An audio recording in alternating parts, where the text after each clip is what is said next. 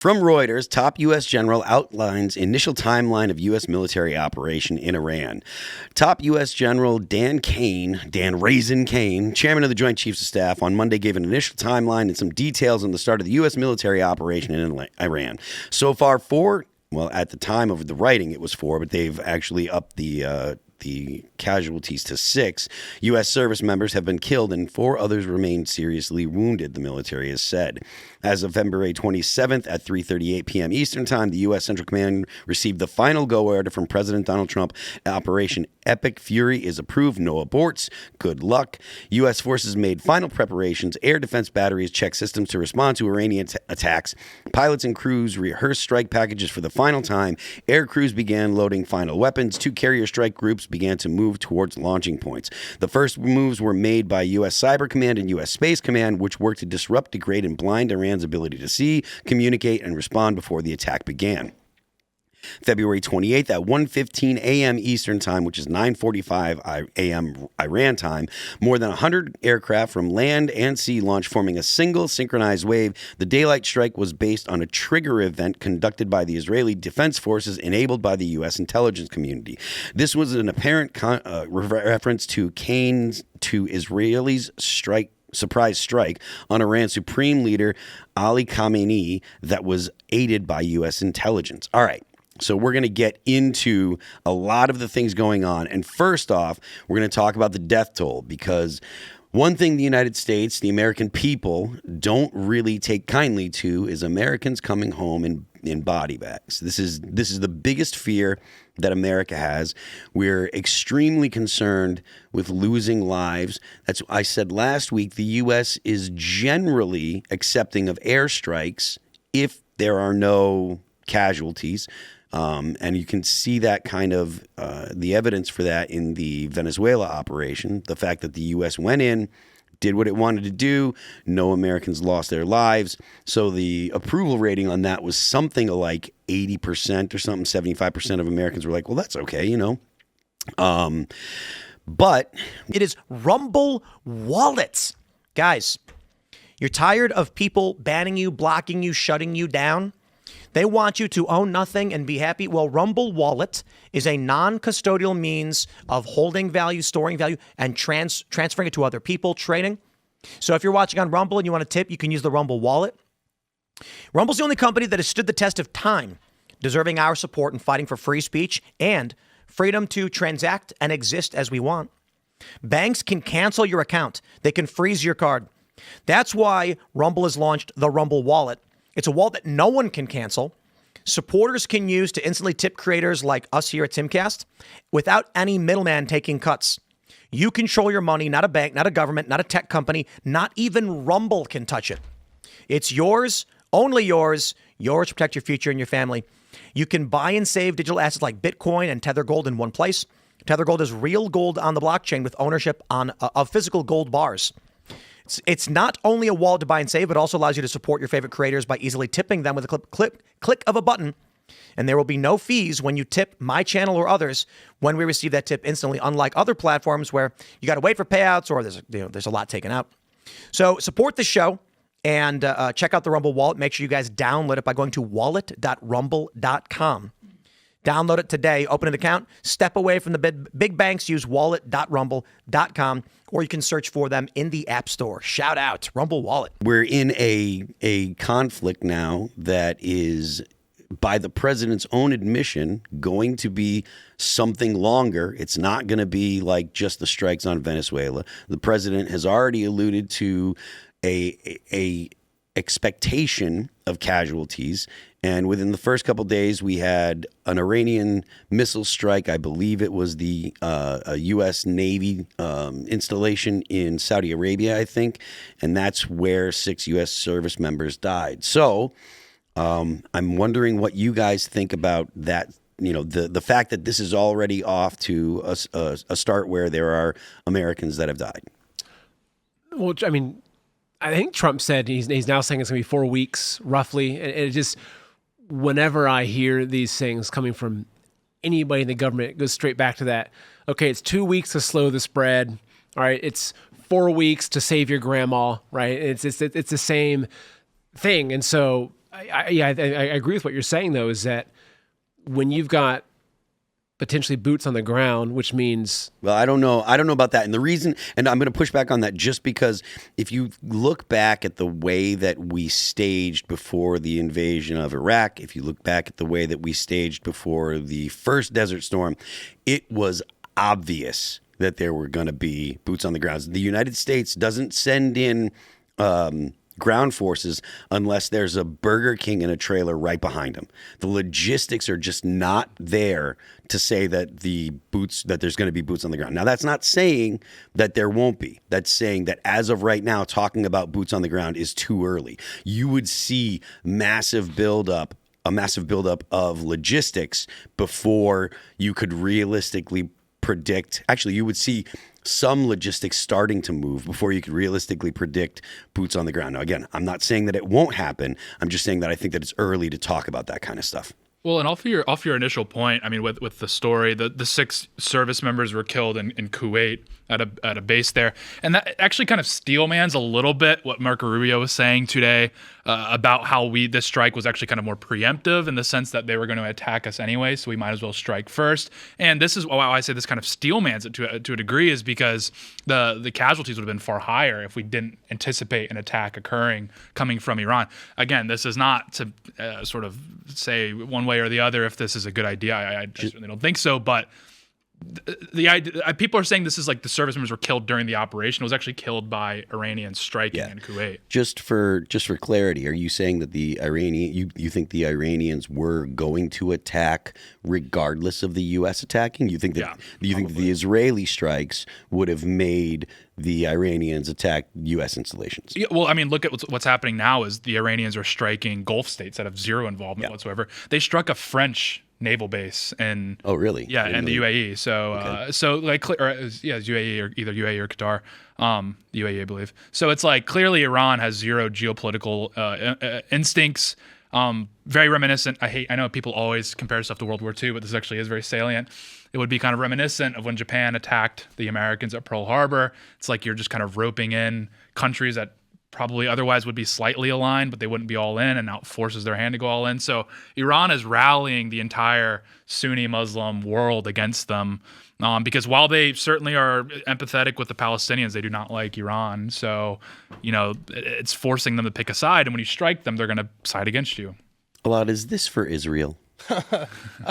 No, it's not for Israel, but I will say this was because of Israel. And let me flesh that out a little bit more.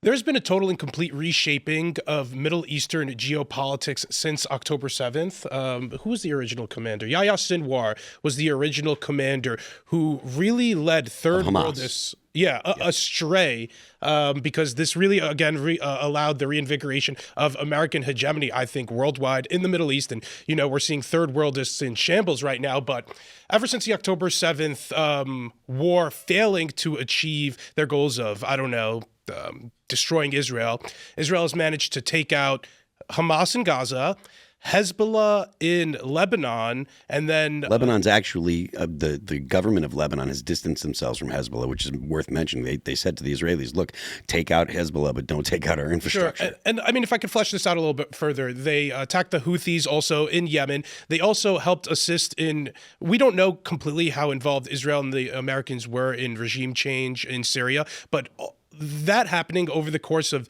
the couple of years preceding this greatly influenced the Americans and Israelis' ability to strike in Iran. So there used to be air defenses in Syria and Lebanon that helped prevent Israelis and Americans from flying over and striking the Iranians. But since the Israelis largely defeated our enemies in Syria and Lebanon, it helped facilitate the opportunity to strike straight at the Iranian regime without having to worry too much about blowback from their proxies in different countries. Okay. So from the post-millennial, we're going to talk about this a bit. The death toll rises to 6 U.S. service members following Iranian attacks on fortified operations center in Kuwait. U.S. Central Command has confirmed that an additional 2 U.S. service members were killed in the attack on a fortified operations center in Kuwait over the weekend. This raises the death toll of American service members from 4 to 6 thus far under Operation Epic Fury. As of 4 p.m. Eastern Time, March 2nd, 6 U.S. service members have been killed in action. U.S. forces recently recovered the remains of 2 previously unaccounted for service members from a facility that was struck during Iran's initial attacks in the region. Major combat operations continue. The identities of the fallen are being withheld until 24 hours after next of kin notification, CENTCOM reported. Operation Epic Fury was launched by the Trump administration on Saturday, March 1st. Israel and the U.S. teamed up to attack Iran and dismantle their regime. In addition to killing the nation's supreme leader, the entire command structure was wiped out. It's worth noting the U.S. has struck over 1,000 targets in the first hours, and I believe at this point they've struck 2,000 targets. So, I mean, it is something like I don't want to, to sugarcoat the situation and not talk about the lives lost. But if I understand correctly, the U.S. has largely taken out their significant air defense, and they're starting to do things like load JDAMs, which JDAMs are not good if you have serious air defense. But if you have the ability to fly high and just drop bombs, JDAMs are great. So if that's the case, does this look like a second phase is coming now, or do you think that this is still something where the U.S. looks like they're going to lose significant numbers of people? And by significant, I mean numbers that the American people are going to find unacceptable. Well, I don't even think we should be looking at this as judging if there's like a certain threshold of casualties that would make this acceptable. And I'm not saying you're saying this, but a lot of people are saying, well, if there's 0 casualties like Venezuela, and this is a good thing. But it literally reminds me of the Libya stuff back in the day, where Libya was toppled, 0 casualties from Americans or the Europeans that were involved. And at the time, everyone celebrated this as a great victory, saying, well, this was a worthwhile operation. There were zero casualties. And then the result ended up being a massive problem, quite frankly, for the West, specifically Europe. And so this kind of reminds me of the same thing with Iran. It's like, if they're seriously trying to say, well, as long as we can get this across the finish line with 0 casualties, then this is a success. I'm like, the casualties isn't really, I mean, not to downplay what's happening, but it's like, even if it was 0, this is still, it's probably going to result in something, it's going to be unknown what the result is. So I don't know if casualties should be how we define victory here or sort of like success. I think that's fascinating because I think the president's been most concerned about that issue in particular. And I think as far as the American public goes, that's what they do care about. I think the American public would support regime change in Iran so long as it didn't cause many American casualties or require boots on the ground. But when you do move to a position of boots on the ground and then hundreds of casualties, I think polls show that sways dramatically the other way. So I think that's why the president has been doing this mostly as an air campaign. Same with Venezuela. He was trying to do these quick attacks with our military force and not draw inspiration from prior commanders-in-chief who would like to stage a nation build, and that wasn't conducive to success for the American military. The American military wasn't built to build nations, it was built to destroy nations. So we shouldn't try to put a square peg in a round hole. So I think that's been the president's MO, which is why I also believe him when he says he only wants to do this for 4 or 5 weeks, has been the loose term. I don't think if he is able to achieve his objectives in that amount of time, then I think he will pull out if he doesn't achieve them. But I think that's the worst case scenario, because I'm not even, I don't think it's a 0% chance of happening, but I don't think it's likely that we get boots on the ground. But a worst case scenario is, again, there is like a serious level of intervention. We lose, 100, 200 boys. And then we leave, and then there's no result. Like, we're just back at square one, and then I guess the Middle East broadly is just a bit more destabilized. That's a worst case scenario. And then to your initial point with Libya, again, Gaddafi was deposed because there was a huge local upswell, right? Like, there was a huge upswell as the Arab Spring, and then they, again, formed like a militia group to go and depose Gaddafi, and we didn't really have to get involved. The problem is you have to look at, there's 2 groups in Iran. You have the pro-regime groups, and then you have the protesters. Who have we seen on the streets over the last 3 days? It's been the pro-regime people. These strikes have animated them, and these protesters, again, are a bit demoralized, a bit apprehensive. They're nowhere to be seen. The streets right now of Tehran, if you look at all the video, it's all pro-regime. Those are the people that are sort of fired up right now. And so I don't think we can bank on the Iranians having like a wholesome Chungus, let's overthrow the dictator, like, the Ewoks or whatever.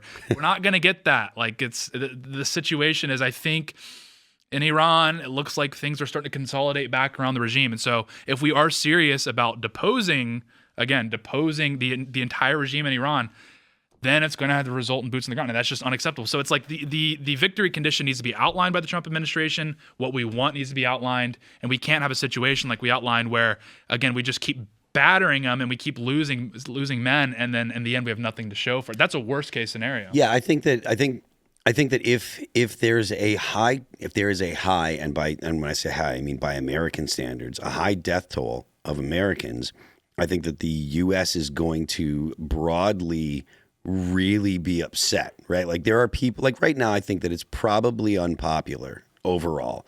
I think that the American people will accept it if there aren't significant losses. But Elaad and I were talking earlier, and if a cruise missile manages to make it through and hit an aircraft carrier and takes it out of commission for a little while, which, I mean, regardless of the likelihood of that happening, if that happens, then the president's in a really tough spot, because you don't want to initiate a war and then turn tail and run, because that ruins your credibility. That definitely ruins any chances of Republicans getting anything done. Like they're going to be, pariahs for ages and ages.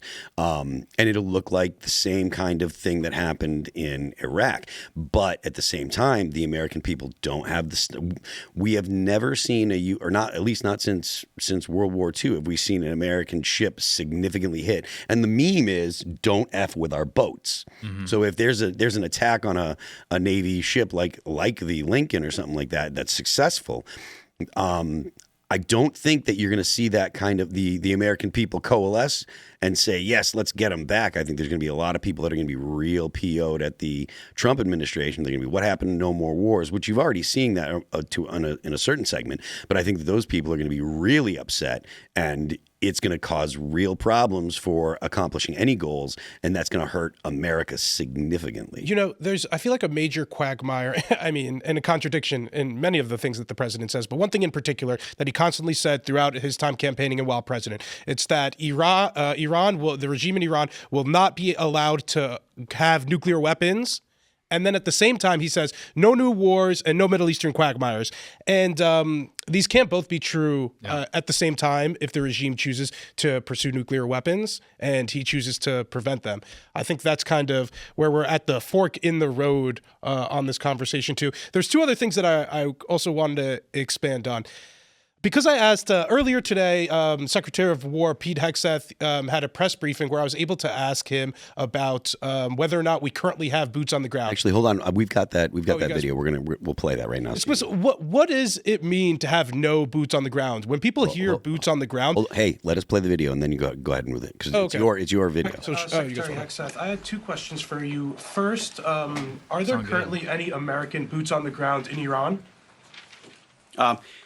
No, but we're not going to go into the exercise of what we will or will not do. I think it's one of those fallacies for a long time that this department or presidents or others should tell the American people, and our enemies, by the way, here's exactly what we'll do. Here's exactly how long we'll go. Here's exactly how far we'll go. Here's what we're willing to do and not do. It's foolishness. And so President Trump ensures that our enemies understand we'll go as far as we need to go to advance American interests. But we're not dumb about it. You don't have to roll 200,000 people in there and stay for 20 years. We've proven that you can achieve objectives that advance American interests without being foolish about it. Now, will we be bold about it? Are we willing to be decisive about it? Do we put months and months of planning into what kind of effects we want to achieve? Absolutely. But going forward, why in the world would we tell you, the enemy, anybody, what we will or will not do in pursuit of an objective? We fight to win. We fight to achieve the objectives the President of the United States has laid out, and we will do so unapologetically. Thank you. So go ahead with what you're saying. A few things. First, I think that was one of the least convincing no's I've heard in a long time. I think a few things. On top of that, I think the American people deserve the right to know that if the military that they support and their sons and daughters are fighting in, if they are on the ground fighting a war somewhere, which is what the president said, that we are engaged in a war, then we deserve to know if there are boots on the ground. Having said that, though, boots on the ground could mean so many different things. If we just have some special operations people on the ground, boots on the ground, I feel like, implies more military troops than just some special operations forces there. I assume there are, though, special operations forces there. And when people hear boots on the ground, they're thinking large-scale military actions with tens of thousands of Marines there, which I think is what he was trying to avoid saying. He, however, did not rule it out, which I understand why he wouldn't want to, because he still wants to intimidate the regime. Or I don't know if he's genuinely leaving the option open. The president also said that he is down to send troops over there if need be, but the president also likes to leave his options open. I asked that question in particular. A lot of people were saying it's a dumb question because how is he supposed to answer that if there hasn't been public information about it, though? I just think it's probably the most important issue at hand with how it comes to public sentiment about the war. A lot more people will support the war against Iran if we don't have boots on the ground versus if we do. I think that's the central question moving forward, because that'll also be heavily linked to the casualty count that Americans suffer. Thanks for checking out this clip from Timcast IRL. Make sure to watch the show live Monday through Friday at 8 p.m. Subscribe to this channel, and we will see you all there.